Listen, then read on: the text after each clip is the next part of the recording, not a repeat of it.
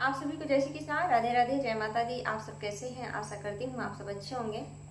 हमारे चैनल में आप सभी का स्वागत है। हम आप लोग को एक बहुत ही प्यारा बेटी विवाह गीत, दहेज गीत सुनाने जा रहे हैं। गीत आप लोग को कैसा लगा कमेंट बॉक्स में जरूर बताइएगा। अगर पसंद आएगा तो हमारे चैनल को शेयर, सब्सक्राइब, लाइक जरूर कीजिएगा।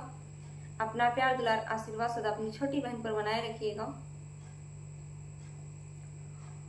बेटी मड़वा मेरो निहारी बाबूजी, बेटी मड़वा मेरो निहारी बाबूजी, काहे गहना लिए लाओ उधार बाबूजी हो, काहे गहना लिए लाओ उधार बाबूजी।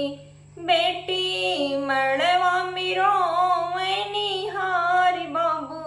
हो, बेटी मड़वा मेरो निहारी बाबूजी, काहे हर वाली लाओ धार बाबूजी हो, काहे गहना लिए लाओ धार बाबूजी।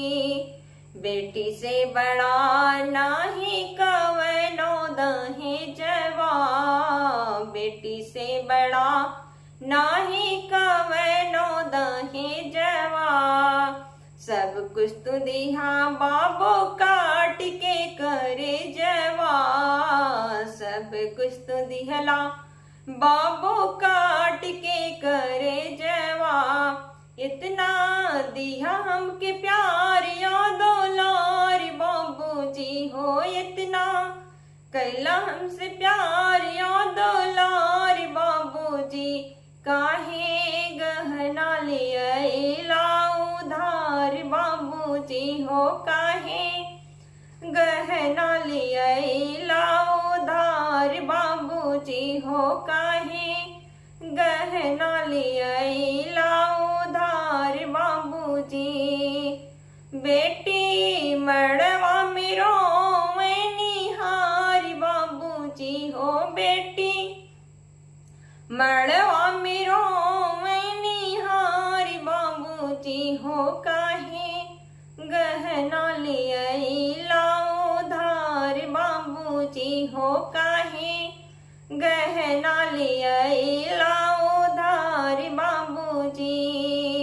छोड़ दी है माई बापू के अंगना डेहरिया, छोड़ दी है माई बाप के अंगना डेहरिया, रोवत निहार सखिया जात के बेरिया, रोवत निहार सखिया जात के बेरिया, काहे दिया तो करे जवानी काल बाबूजी हो, काहे दिया तो करे जवानी कार बाबूजी, काहे गहना लिए लाओ धार बाबूजी हो, काहे गहना लिए लाओ धार बाबूजी हो, काहे गहना लिए लाओ धार बाबूजी।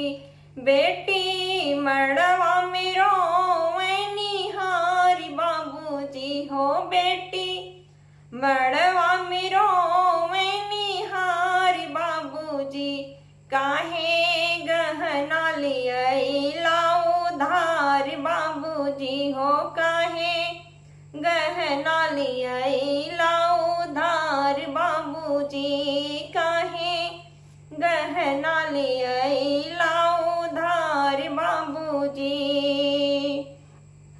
जात के रोए वीरन डोलिया पकड़ी के, जाति के रोए बिरना डोलिया पकड़ी के, काहे दिहला तू हम का बिसराई बाबूजी हो, काहे दिहला तू हम का बिसराई बाबूजी, काहे गहना लिए लाओ धार बाबूजी हो, काहे गहना लिए लाओ धार बाबूजी। बेटी मड़वा में रोवे निहार बाबूजी हो बेटी, मड़वा में रोवे निहार बाबूजी, काहे गहना लिया उधार बाबूजी हो, काहे गहना लिया उधार बाबूजी।